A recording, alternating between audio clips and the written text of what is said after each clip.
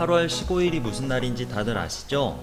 8월 15일은 우리나라가 35년간의 일제강점기에서 벗어남과 동시에 임시정부 수립을 기념하는 법정 공휴일이에요.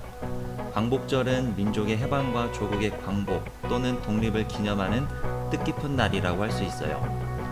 광복절의 광복은 빛을 되찾음, 즉 주권을 되찾았다는 뜻으로 쓰인다고 해요. 그래서 해방연도인 1945년을 광복절의 원년으로 계산하고 있어요.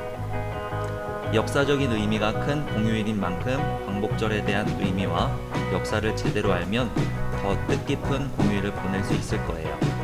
잘 알려지지 않은 광복절 이야기를 들려줄게요. 광복절은 8월 15일이지만 8월 16일에서야 만세소리가 들렸다고 해요.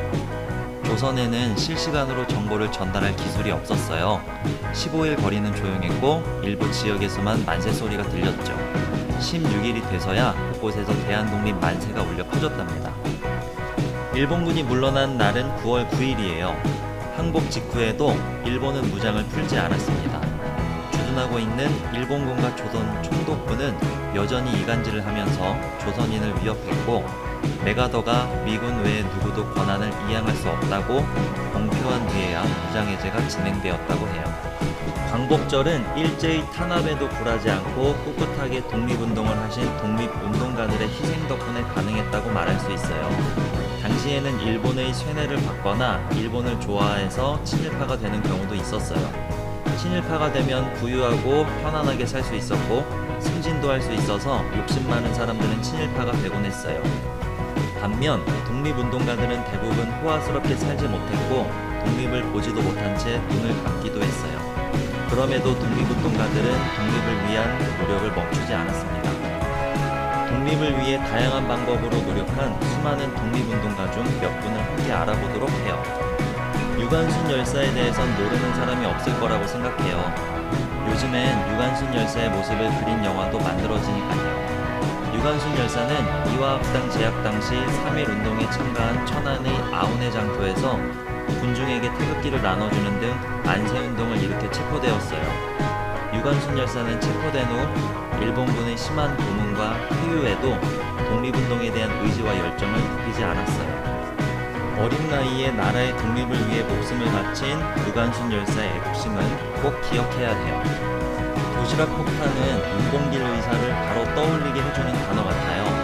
윤봉길 의사는 1932년 4월 29일 일왕의 생일 기념식에 대한 정보를 입수하고 물통 모양의 폭탄 1개와 도시락 모양의 폭탄 1개를 준비했어요.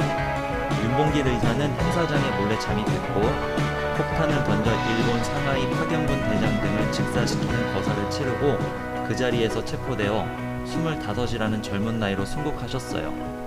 윤봉길 의사는 비록 뜻을 이루지 못한 채 일제에 붙잡혔지만 끝까지 담담한 모습을 보여줬다고 해요.